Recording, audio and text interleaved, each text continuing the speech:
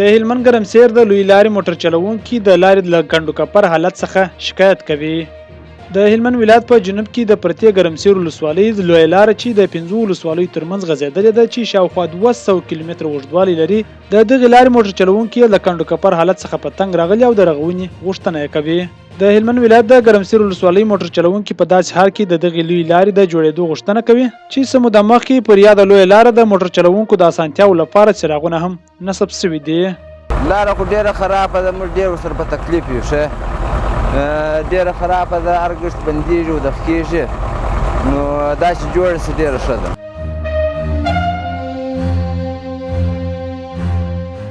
د کندهار د سوداګرۍ او پانګونې خونوای له دغه ولایته بهرنیو هیوادونو ته د انارو صادرات پیل شوي دي او تر دې مهاله یې پاکستان، هند او قزاقستان ته 13,578 ټنه انار صادر کړي دي. د کندهار د سوداګرۍ او پانګونې خونې مرستیال عبدالباقي بنا وایي د کندهار د انار خونې د ښه کیفیت درلودلو له امله په نورو هیوادونو کې ډېر مینهوال لري او دغه هیوادونو ته د صادراتو غوښتنه زیاته شوې ده. بلخوا د کندهار د انارو بڼوال د انارو د سږني کال د حاصلاتو څخه ناراضه ښکاري. دوی وایي د نورو کلونو په پرتله سږ کال د انارو په حاصلاتو کې کموالی راغلی دی.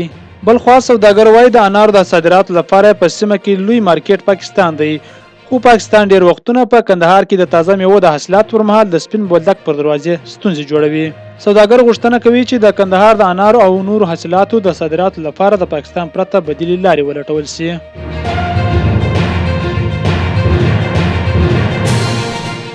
د کډوالو او بیرته راستنېدونکو چارو وزارت له ایران څخه هیواد ته د 3115 افغان کډوالو د راستنېدو خبر ورکړی دی. د دغه وزارت په وینا یاد کډوال د تلې پر 24مه نیټه په جبري او داوطلبانه ډول د اسلام کلا له لارې هیواد ته راستانه شوي دي. دغه وزارت په یوه خبرپاڼه کې له پاکستان څخه هم د 534 کورنۍ د راستنېدو خبر ورکړی دی. د دې خبرپاڼې له مخې دغه کډوال د تلې پر 24مه نیټه د تورخم له لارې هیواد ته راستانه شوي دي او د مرستو د ترلاسه کولو لپاره د کډوالۍ نړیوال سازمان او د کډوالو په چارو کې د ملګرو ملتونو عالی کمشنرۍ ته ورپېژندل شوي دي.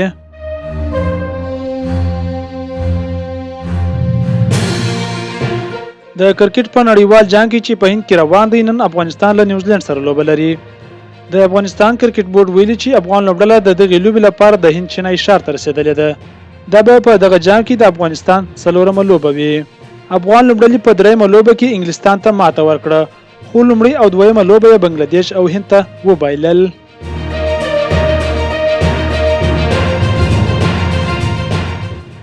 د غزې له تړانګې په هغه روغتون کې پرون یوه درنه چاودنه وسوه چې له ټپیانو او هغو فلسطینیانو ډک و چې د اسرائیلو له بمبارۍ هلته پناه وړې وه.